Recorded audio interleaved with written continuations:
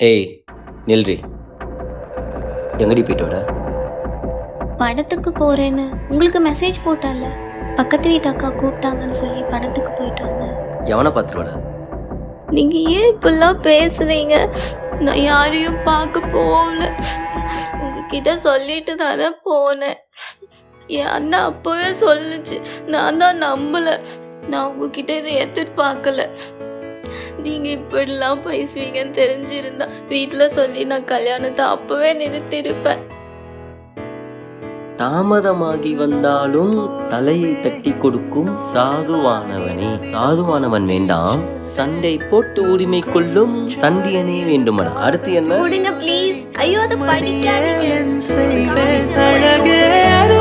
துணையாய் கேட்கிறேன், அமைதியாய் நகருகிறாய்.